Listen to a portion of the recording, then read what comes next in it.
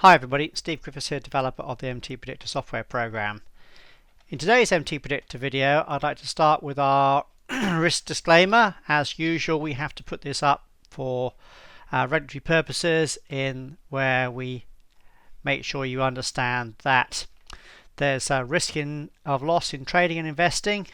All trade decisions are your own sole responsibility, and all the examples shown in these videos should be considered as hypothetical. Remember, trading can be hard. There's not enough software vendors that show the bad side of trades. I don't think, in my opinion. I think they ought to show a bit more about how markets really unfold in the real world rather than just idealized examples. And that's actually what I want to do today. If I pull this down, I want to look at how the US E-minis unfolded yesterday, which was the 23rd of October. And in fact, actually, we could actually title this as a spaghetti western back in the 1970s. I don't know whether any of you guys are old enough to remember that, but there was a Clint Eastwood spaghetti western called The Good, the Bad and the Ugly back in the 1970s, and it sort of sums up how the E-minis unfolded yesterday. So let's have a look at what I mean on that. Let's start with the good. If I look at the NQ, here's the NQ, 3-minute NQ. Here's our new MTP trend indicator. You can see the NQ came down. It gave us a VS buy setup here on a black MTP trend. That indicated the large trend was in the process of reversing. Therefore, you could take these VS setups.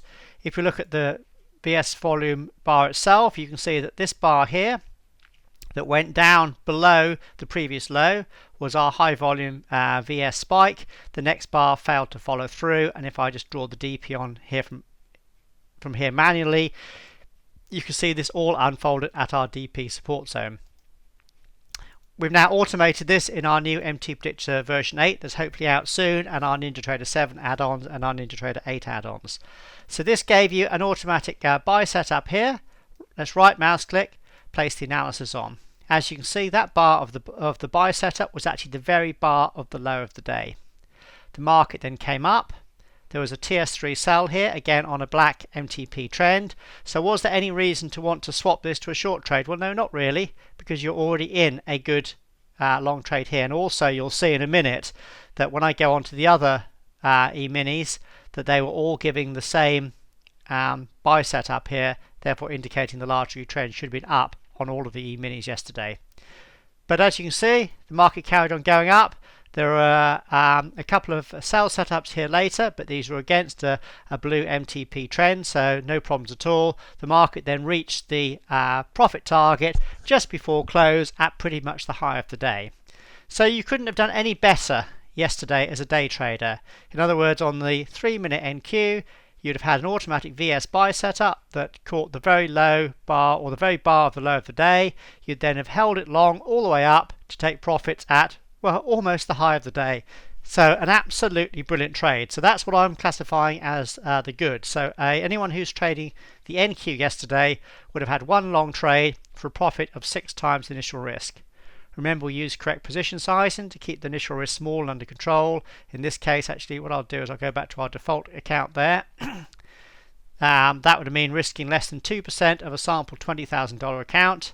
That would be going long 3 contracts, risking approximately $375, ignoring slippage and commission. The profit would have been just over $2,200 or 6 times the initial risk. So an absolutely brilliant trade. Now, most software vendors would probably stop there, saying, there you go, there's a brilliant trade, isn't that absolutely superb? But I now want to go on to the bad side, because if we look at the ES, we had exactly the same picture. Here's our MTP trend. It actually went black here. Can you see that? Black there. So when this buy setup came in here, we would have been coming off exactly the same support zone as the NQ. So at the time, again, it's important to always work at the time. It's no good doing things in hindsight. In trading, we can't go back and change how the markets unfolded after any decisions are made. We have to make decisions at the time. So at the time, that looked to be very, very good. So let's place the analysis on. Just clear that off first. Here's the analysis. Looks pretty much the same as the NQ. However, this time, it just took you in, rolled down, and then stopped you out. you wouldn't have taken this holy grail sell because it was against the blue MTP trend, so you'd have done nothing apart from having a losing trade. So isn't it amazing the difference here? NQ, exactly the same setup, a 6R profit. The ES, exactly the same setup, a -1R loss. And this is what can happen in trading. And this is why I want to call this the bad side of trading. So we had the good, the bad. Now let's look at the ugly. And I think the YM was definitely ugly later in the day. You can see it was sort of chopping sideways here, doing nothing. Interestingly enough, the VS buy setup at the low of the day here on the YM was actually against a red MTP trend indicator, and you actually had a VS sell a bit earlier in the day, again on a red MTP trend indicator. So if you were just following these signals, this first one would have been a nice trade actually, down into that level there. So in this particular case, it would be the opposite of the NQ. So here we had a VS setup coming off the bar of the high of the day, straight down into our profit target, which pretty much nailed the low of the day. The market just chopped sideways there for the rest of the day. That would have been a nice 4.7R profit. There were a couple of setups here later in the day. This one we have to look at because we don't want to just ignore any losing trades. This one would have been a TS3 sell on our MTP trend, which would have been a -1R loss. Remember, losses can, will, and do happen. I'll say that again. Losses can, will, and do happen. This is part and parcel of why I'm doing this video today, to show you that yes, you have some good trades, but you also have some bad and some ugly trades as well. That's what trading's about. But what we do in MTPredictor is use position sizing. So when you have the losses are small. In this case, a -1R loss. In other words, one risk unit. Again, sorry, I'll just put that back to the default account there. You then had a TS4 sell here. Market came down, went back up to break even, came down, went back up. So it would have been debatable whether you'd have actually come out at break even. Perhaps you might have put your stop to break even just as the market was closing, or you may have actually looked at the DP from the wave B, which is off this point here, as the market was getting again close to closing, and saying, well, actually I want to take a small profit there because we know that's an area of potential support. That may be an area if you're a bit more aggressive, or worst case scenario, you'd have come out with a very, very, very small loss there. So let's take it as probably a break-even trade.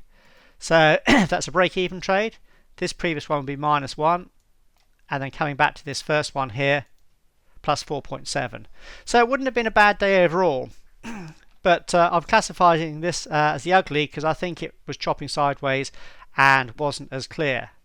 So a very interesting day yesterday, a very interesting day as well indeed, where I think it shows how sometimes the markets can be quite cruel, like on the ES one that you had a setup and it looked like it was brilliant, and in fact actually it looked even better than that, because if you go out to the 15-minute chart on this one, just bear with me while the 15-minute chart loads for a second.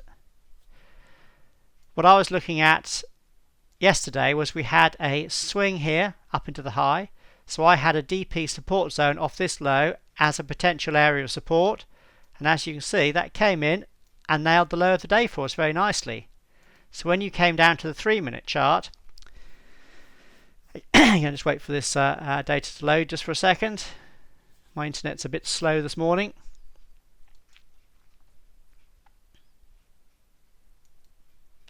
Right, there we go. Can you see how this setup was coming in right at this 15-minute support zone as well? So looking at this in hindsight, you could say yes, our 15-minute DP support zone nailed the low of the day absolutely perfectly, and the trend for the rest of the day was up, which was nice. But of course we know there was a trade in here at this 15-minute support zone, which you can see by our history triangle. We don't hide any of these. They're all there for you to do analysis on to see what happened. So let's put the analysis on again. And as we've already seen, this would have been a -1R loss.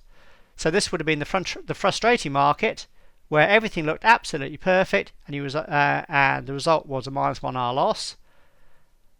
On the other side of the coin, this one here, exactly the same trade, would have been absolutely an amazing setup, catching the very bar of the low of the day, held you long for pretty much all of the day, up into a lovely profit for plus 6R profit pretty much at the high of the day. So you couldn't have done any better than that.